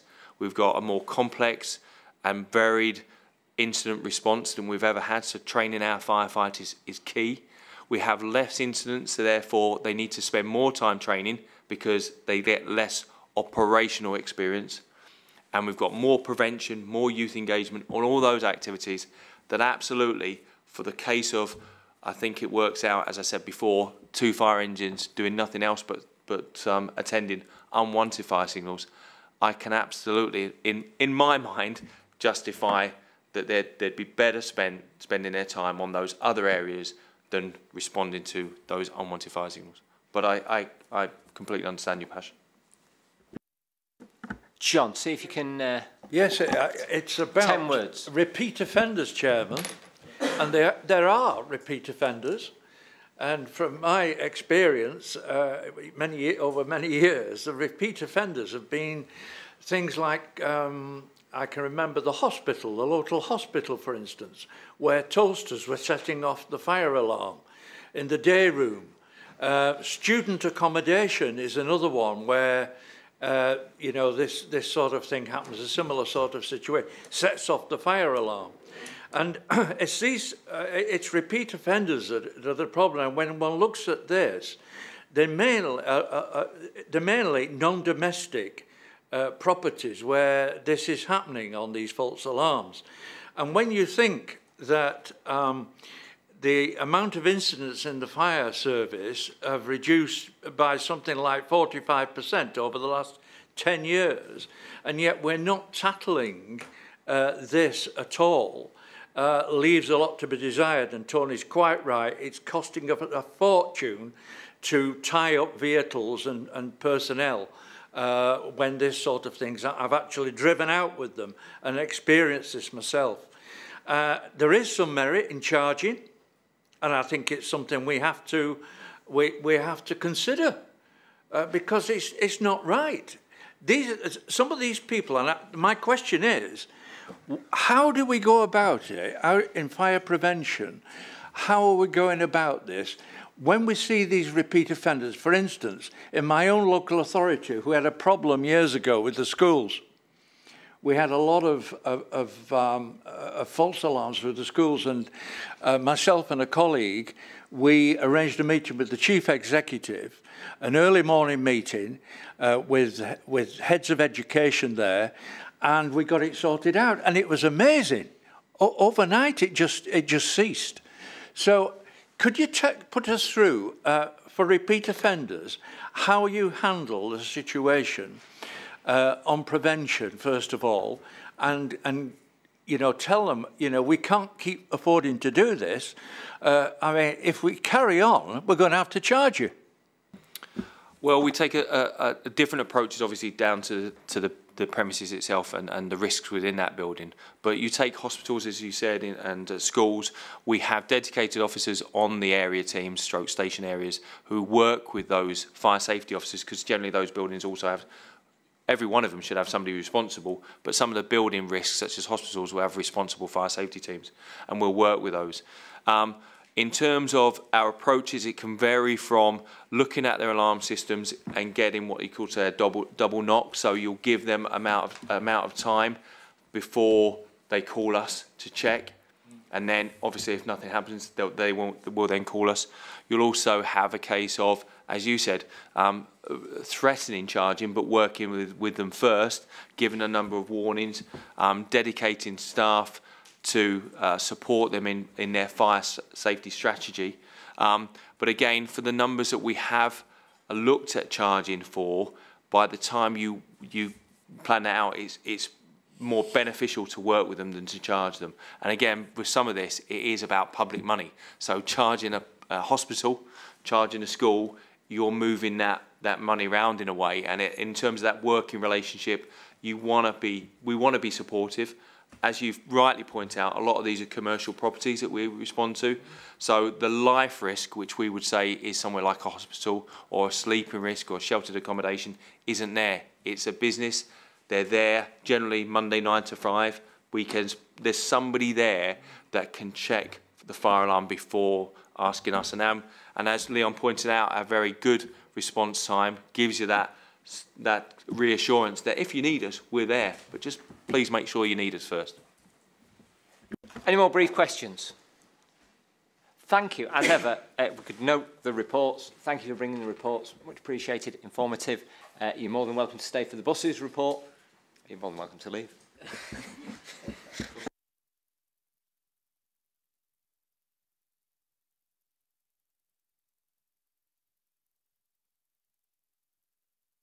So, without any further ado, we'll go on to TFGM budget for bus costs.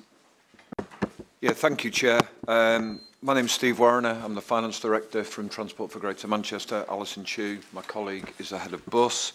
If I talk you briefly through the report and then obviously take any questions. So the report describes the budgets that are managed by Transport for Greater Manchester for delivery of both the supported bus network and for the reimbursement for concessionary travel on bus. So taking the supported bus services first, that budget heading falls into two categories. One is what we describe as general network services, which, as the report says, provide services to maintain vital links in the overall network, including on a number of occasions, evening, Sunday and some early morning services, and also to provide support for access to work journeys and or to promote social inclusion. The schools network does pretty much what it says on the tin, to support travel to schools in Greater Manchester. 240 services in the general network, that was as at September, with an annual budget for this year net of income, on the basis that some of the services we take the income of just north of 19 million. And the schools network, again, as at the same date, some just slightly over 300 contracts with an annual budget of about £8 million. Members will undoubtedly be aware that the way, in addition to the management that Alison and her team undertake of those contracts, oversight of that budget is undertaken, as are approval of any planned changes to the network through the Bus Network and Transport for Greater Manchester Services Subcommittee, which is a subcommittee of Transport for Greater Manchester Committee, who meet 6 times a year.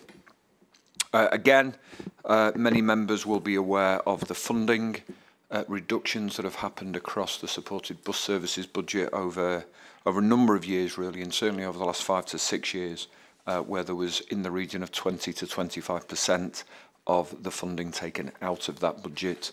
And subsequent to that, the levy budget, which is our predominant source of funding, and probably the exclusive source of funding for this particular element of the budget, has been frozen. So whilst costs have been going up, the amount of funding that we've received hasn't. So in real terms, clearly a reduction. We have managed to deal with those pressures to an extent through a number of factors. One, where there are services that we believed that the commercial sector should be operating, we clearly have regular dialogue with them. But equally, we've had to reduce service frequencies, but in the context of maintaining the overall network. And again, 229 says that whilst we have managed to limit some service reductions and removals have been necessary, they have been targeted, unsurprisingly, on those services with the lowest usage and in the vast majority of cases with the highest cost per passenger. So clearly value for money being a key component. The other element of the budget, and again, I assume members will be aware of this service, is the Ring and Ride service. That's operated by Gmca. We provide a grant to them. That grant has, again, reduced quite significantly over the past number of years and currently stands at just over £4 million. And Gmca have managed to manage within that context by doing a number of things, including changing eligibility to access the service, and through some operational efficiencies, including consolidating depots and various other elements. The other key element of the bus budget is around concessionary reimbursement. So that is effectively where we are reimbursing bus operators to compensate them for what they otherwise would have received by way of fare income, predominantly to the extent the concessions didn't exist. Certainly the most significant in terms of financial value is the English National Concessionary Travel Scheme, which provides free off-peak bus travel for older persons and disabled persons anywhere in England, off-peak being after 9:30 in the morning. That is a statutory obligation on us, and we are the organisation that reimburses the operators. It's a relatively complex mechanism. However, it's something that we have sought to simplify and also sought to reduce our risk by agreeing fixed cost or fixed rate agreements with operators. Why? Predominantly so there is certainty around budgets, but also to ensure that that we have a fixed rate, which is where we've ended up for reimbursing operators that isn't the subject of ongoing and regular debate, which if a number of them had their way, it clearly would be. and that has tended to work both for us and for bus operators. In addition to the national scheme, there's the local scheme, again, members, I'm sure, fully aware, both for children, disabled and scholars. And then just by way of addendum, really, that the work we're doing around bus reform, which I understand was the subject of a report by, and I'm going to get this wrong, the Housing HPEOS Committee, a month or so ago, and all we've reflected in this report in that context is the forecast costs of undertaking that assessment in this current financial year. Very happy to take any questions on the numbers. If there's any detailed question on any of the services, I will undoubtedly have to defer to my more learned colleague. So can I keep members focused on this report, not wider bus questions, because that's not our remit within this committee. Peter, followed by David, followed by Colin. Thanks, Chair. You refer here about Gmca, which is Ring and Ride. You said the budget's gone down from 6 million to 4.3 million. And one of the ways that's been they've mitigated those losses in revenue is by consoling depots. Do you not think that's a bit of a false economy that they've done that? Because first of all, this fuel costs where they're going back into the areas where the depots used to be, to the organisation. And the other one is the time to get to these places for the first job and got to get back to the depot for the last job. So there's two issues with that. I mean, is it a bit of a false economy, that? And also, have you had problem retaining the staff who've gone to these other depots and had to travel on down the M60 for half an hour every morning and every evening on the way home? Thanks. Chair, can I just, for the record, just declare an interest, because as a result of my my office, I'm also a director of GMATL. So with your agreement, Alison will take that question. Thank you for the question. Yeah, I can confirm we did do a lot of work with GMATL at the point of these changes being proposed, and all of the work was subject to sort of detailed appraisal and sort of business case looking into the sort of costs and benefits of the move. So we have kind of factored in all those things into what did happen, and the work that GMATL have done has concluded that it was sort of a more beneficial decision to actually consolidate the depots.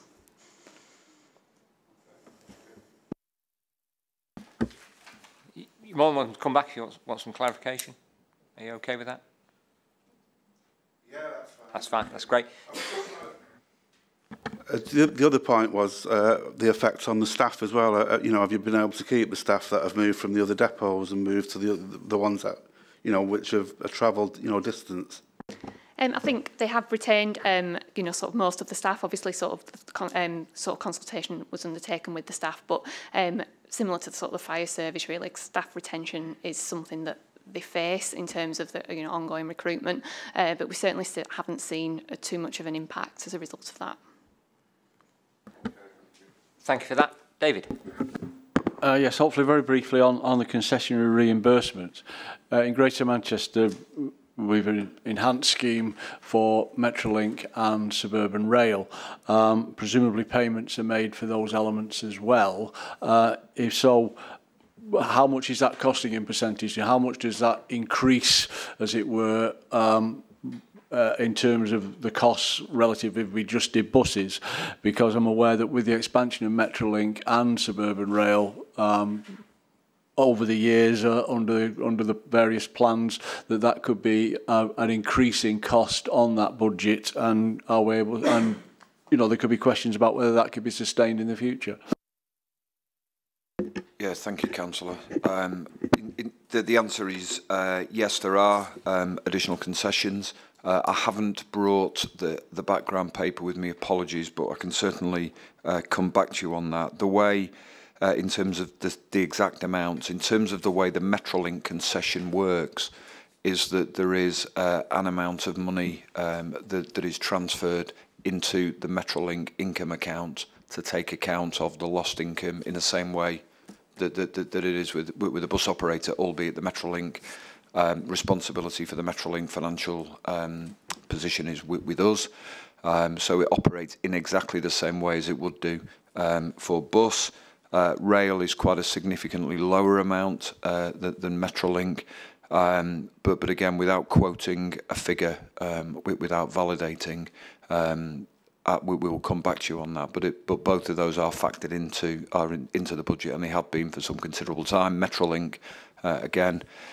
Members will be aware patronage has increased quite significantly, certainly over the time that I've been here, which is 10 or 11 years. And the increase in concessionary reimbursement as a function of the increase in number of passengers is taken into account in the budgeting process. Colin? Thank you, Chair. Would it be possible to talk about consultation for a minute or two?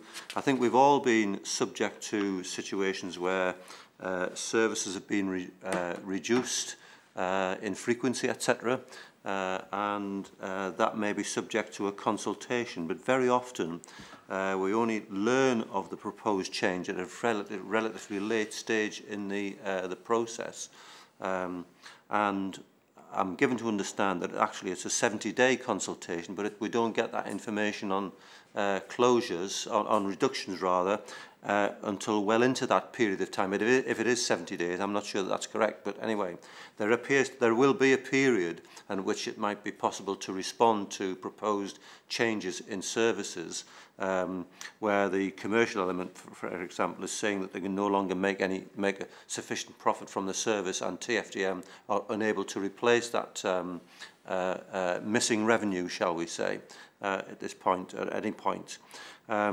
So therefore, what I'm concerned about is at the point at which members might be able to make representation, shall I say, to TFGM as to reductions in service and what might be done to address that problem. And I suspect that members have been faced with this problem at various times, and it tends to generate petitions. Because clearly the reduction in the service impacts upon often the poorest members of society, unfortunately, who rely on public transport and don't have their own car or other means of getting from A to B. And I wonder what we might be able to do to improve that process so that perhaps we have a better opportunity to respond to proposed reductions, etc. Thank you, Chair. Okay, thanks for that question. The timeframes that you refer to, they're the sort of statutory timeframes that commercial operators work to in accordance with the Traffic Commissioner's sort of regulations. The traffic, that's a recent change in terms of that 70-day period, whereby the commercial operator actually has the obligation now to inform the local authority of any changes that they're proposing to make. So they inform sort of us as officers at TFGM of any changes to their commercial services that they're intending. There's then a period of 28 days where we can sort of look at within the 70, yeah, where we can request data from that operator so we can understand more about the features of that service that they're proposing to deregister. We can understand the patronage on it, and we can then sort of take a view based on that nature of that information, whether we believe there will be a value for money case for TFGM subsidising and supporting anything to replace that lost service. At 42 days prior to the date that they're intending to stop running that service, they have to formally notify the Traffic Commissioner of that intention. So there's kind of a staggered process. As part of the work we undertake in that period between 70 and 42, we will engage with the sort of local members concerned, particularly the representatives on the BNTS subcommittee. So we tend to go through those members as our initial contacts, but we do have forums where we would do engage with wider sort of member groups across Greater Manchester, but we certainly do focus our immediate engagement with the representatives that sit on BNTS. You can come back briefly if you wish. Well, I know the clock's ticking. I think what the answer I'm looking for really is, how do we get involved earlier? Because clearly, between 28, 42 and 70 doesn't leave members, especially when it gets down to the local level, as it were, very much time to respond to that kind of situation. I wonder whether how we might be engaged at an earlier stage, so there's more time to understand the implications, the revenue implications, etc., and what might be done to try and address that particular issue. Yeah, we certainly take that away and have a look and think what process we can put in place to make sure we do capture that. And clearly we do get also a lot of member correspondence that we absolutely take into account as we are kind of looking at our options around the bus network. Thank you for that. And last one, Yvonne. I'm looking at page 84, 2.5, where it talks about schools and particularly mentions that schools are attracting people beyond the traditional catchment areas, and does say there remains a general expectation that this additional demand and cost will be picked up by TFGM. Then it goes on to say TFGM therefore has to manage this within the existing budget envelope, which means that difficult choices often have to be made. So would you like to expand on the difficult choices? I've got some idea that it could mean people going to maybe faith schools, but I hope it doesn't mean people going to special needs schools outside their area. And does it actually mean within a borough, or does it mean going across the border? Thanks for that. Yeah, certainly we tend to look at each case in isolation, and we haven't at this point made any sort of choices such as those you refer to. The main choices we often have to make is whether to actually look at a direct service rather than one that actually causes pupils to have to interchange. So that can mean an increase in journey time. It can also mean that they have to purchase more than one type of ticket. So it's those sorts of situations that we've, what's the word? Choices that we've had to make rather than actually looking at the sort of nature of the school or the type of school. And certainly, we haven't yet had to do that. I think what the report does set out is that we have ongoing pressures on the budget, but we do work as much as we can to focus on the lost links rather than the type of school that's being served. But that's been the work to date. I think certainly as we move forward that may need to change, but certainly we'll do everything we can to maintain that approach.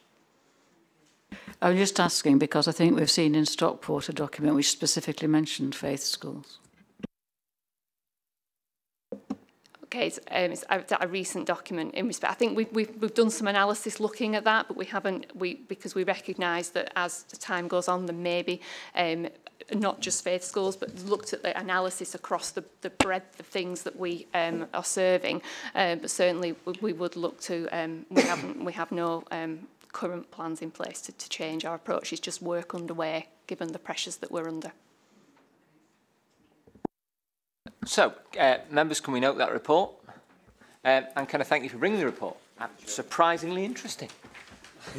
Absolutely more than welcome at this committee. I hope you've enjoyed your visit to the committee.